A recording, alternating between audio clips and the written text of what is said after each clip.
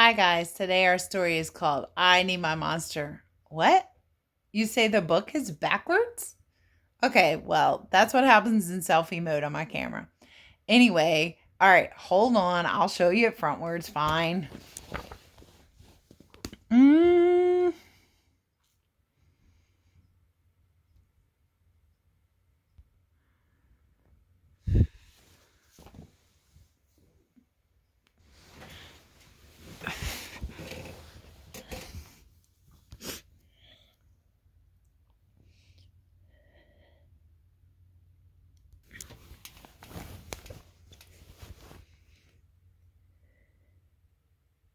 So as you can see, there's nothing under my bed except some dust bunnies. No monsters here. I need my monster.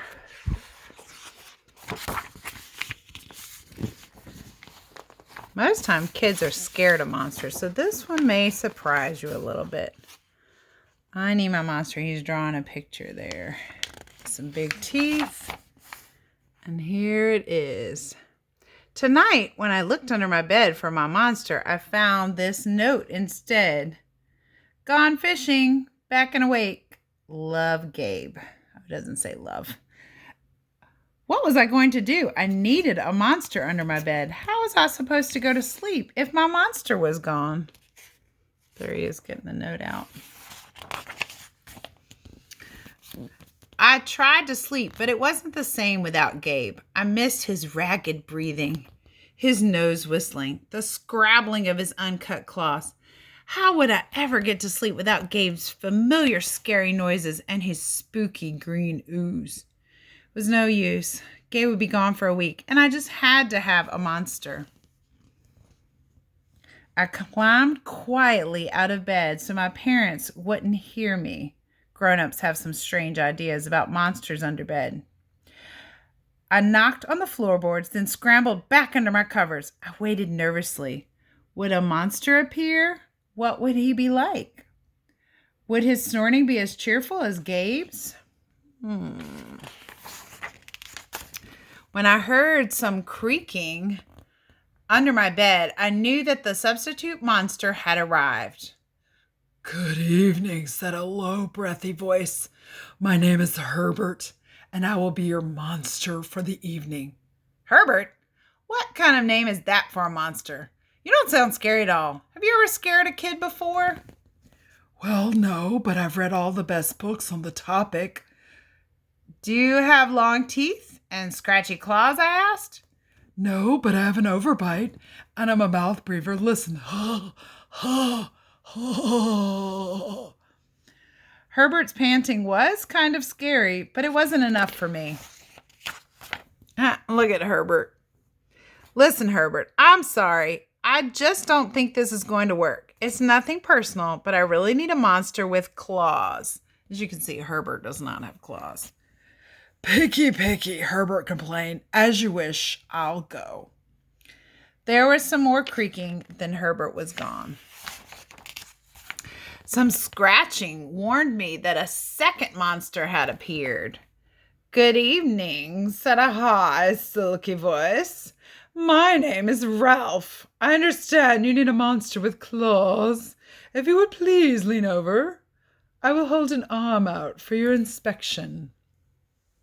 I crouched on the edge of the bed, hoping to see a horrible, shaggy arm with ragged nails. Instead, I was surprised to see sleekly brushed fur with smooth, shiny claws. I don't mean to be rude, I asked, but is that nail polish on your claws? Why, yes, it is, Ralph replied. I believe professional monsters should always be well groomed. I could tell that this was not going to work either. I'm sorry to disappoint you, Ralph, but I need a monster with scary claws. Like Gabe's, I thought. I heard some more scratching, and I knew that Ralph was gone. A minute later, a third voice from under the bed rasped, "Check out these claws, kid." I gathered my courage, and I peered over the edge. This is promising. The claws were impressive, jagged, dark, razor sharp, So far, so good. I was a little nervous. Could you stick out your tail? I whispered. Sure, but don't get scared. I peeked through my fingers at the slimy tail slithering over the foot of my bed. That's when I noticed the bow. Are you a girl monster? Of course I am, she snapped. I'm Cynthia. Do you have a problem with that? Yeah, I do, I admitted. I definitely need a boy monster. Boy monsters are for boys. Girl monsters are for girls. Everybody knows that. Well, aren't you a picky one? She sniffed. And then she was gone. Was I being too picky? I knew that my monster needed to be well-clawed and menacing. The whole point of having a monster, after all, was to keep me in bed, imagining all the scary stuff that could happen if I got out. Then I heard a shuffling noise and some slobbering. A fourth monster was under my bed. Hey, the name's Mac. One look at his claws proved that Mac was a big, scruffy boy monster. I shivered. Maybe this one would work out. Those are excellent claws, but do you have a long tail? I leaned over to see. No, my tail is stumpy, Mac slurped, but I do have an unusually long tongue. Why would I be afraid of a long tongue? I asked. Oh, I don't know, he said, trying to sound terrifying. You never know when I might lick you. I fell back on the bed laughing. Well, if you're not even going to try to work with me, Mac whined. I held in my giggles. I really don't think you should send me away, he warned. Kids who reject 5 monsters in one night. I did not reject 5 monsters tonight, I interrupted. My regular monster went fishing. Fishing, eh? Maybe he just left because you're so picky. Fine, I'm out of here. But I wouldn't expect another monster tonight if I were you. How was I ever going to sleep without my monster? I was surprised to hear more creaking under the bed, loud creaking, with scratching. I thought no more monsters were going to appear tonight, I said. Sorry, I'm late, kid. Whew, it was Gabe. I thought I would enjoy fishing, but I didn't, he explained. Those fish scare too easily. No challenge at all. You, however, are challenging, my friend. You're almost too old to be afraid of monsters. You keep me on my toes. Ah, toes, a delicious snack. The bed quivered as Gabe's stomach rumbled with hunger. Now, if you don't mind, I'd like to start the evening with an ominous puddle of drool. I peeked over the edge of the bed. Green ooze spread soundlessly from underneath. Ooh, look at that tail. Then the bed trembled as Gabe unfurled his spiked tail. He was daring me to guess where he might pop up. I shivered. Look at his face. Oh, he's scared now.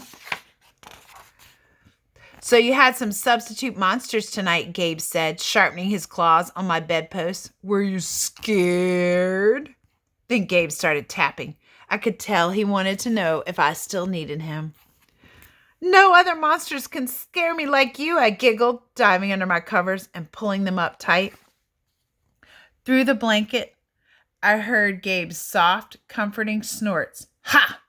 I knew it. We're made for each other, he growled. When my blanket started to slip off the bed, I knew Gabe was ready to eat. Now, if you could please stick out your foot, he said. I'd like to nibble your pinky. Ooh.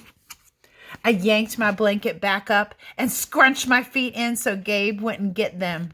No toes tonight, but you can have this, I offered, pushing a pillow off the bed. I didn't even hear it hit the floor. Gabe was back. The ooze was perfect. Everything was back to normal. I shivered again. I'd be asleep in no time. Whew. That was a great book, and it was kind of long. Lots of words. Good story, though. Kept me on the edge of my seat. Well, actually, it kept me on the edge of my bed. I think it's time for a nap.